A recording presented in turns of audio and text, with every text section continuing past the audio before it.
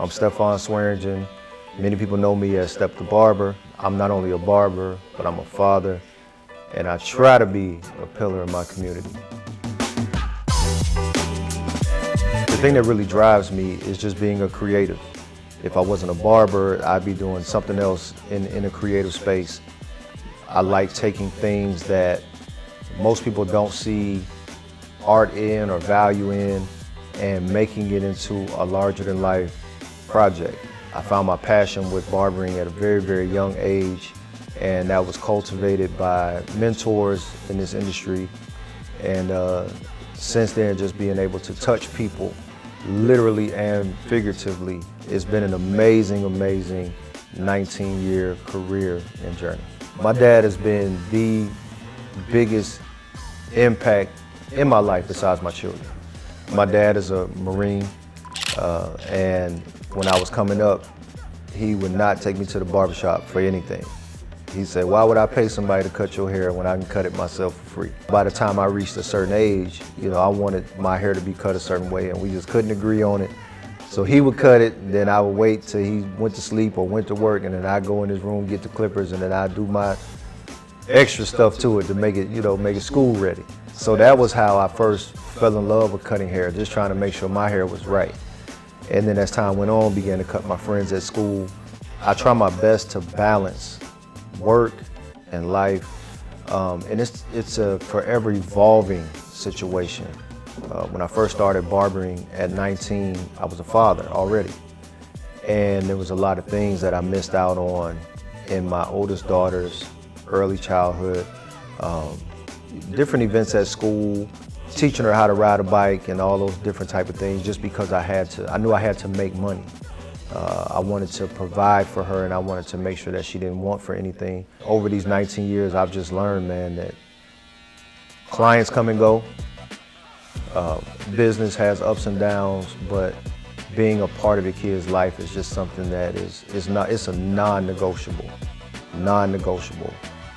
With my oldest daughter, probably about the time she ended up going to middle school and joining volleyball, I was just committed to not missing not one volleyball game.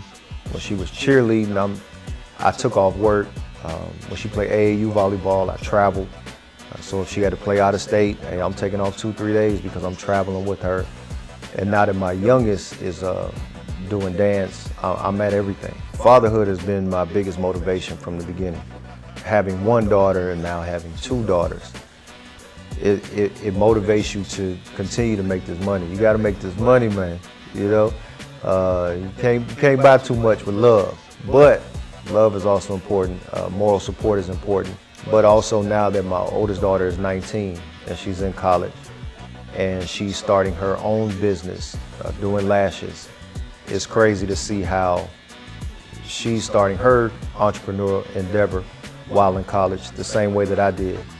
And we're always sharing ideas and things back and forth, and now the student has become the teacher. So I sit back and listen to her. She called me and say, Dad, you need to do this, you need to do that. And I take her advice. And speaking about work-life balance and fatherhood and barbering and mixing those things together and just finding that equilibrium, I just took my youngest daughter, 7, to a dance. I was her escort. She's 9, about to turn 10 this year. And so it was a lot of fun. But just to see her grow, see her hair down and flowing, and she have her dress on and her nails done and all that type of stuff. As a man, you don't think you're gonna get into the girly stuff, but then when you see them do their little stuff, you're like, oh, okay, you gotta learn it. You gotta compliment them. Pay attention to the nails, and when they got the eyebrows laid down and all that stuff, when they feeling cute, So you have to be there to be that positive reinforcement of their self-image, and it's very, very important to me. The highlight of the dance for me was before we went in, we shared a special moment, because I knew once we went into the dance, she was gonna be around all her friends, and there was gonna be, Dad was gonna be on the back burner, I'm just on the side, But we shared a moment before we went in where we took some photos and held hands and stuff, and she still looks at me like I'm larger than life. And it's a feeling that I can't really put it into words. And it's the same way with my oldest daughter. So my youngest is 7, that's her name. and my oldest is Michaela. She looks at me the same way. And you realize how much influence you have over your children, and you want to honor that, and you want to be deserving of that.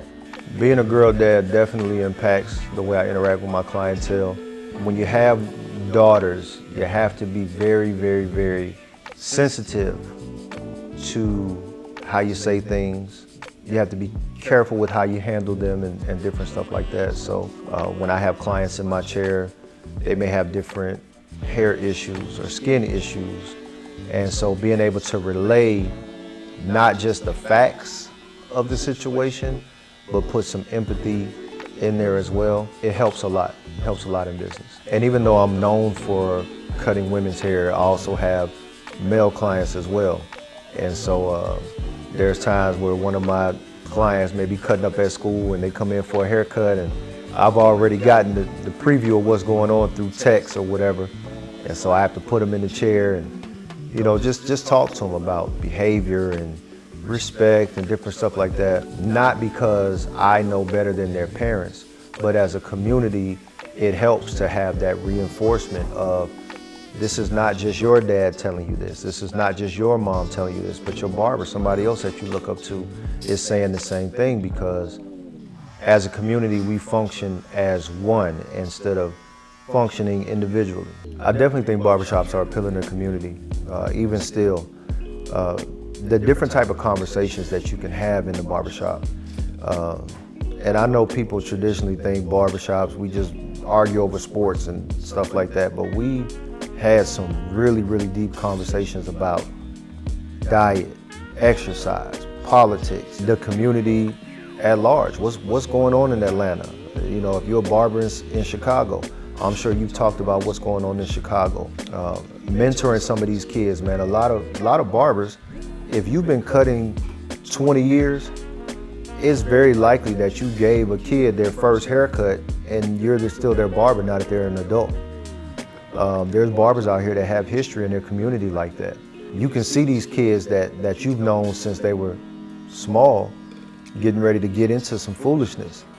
And you can say something to them that will stop them in their tracks and give them something else to think about. Also, barbershops, you know, especially back in the day, if a kid got a good report card and they came in with it, they might get a free haircut or, you know, different things like that. To any father out there who may not be in your child's life as much as you want to be or as much as you should be, it's not too late to change it.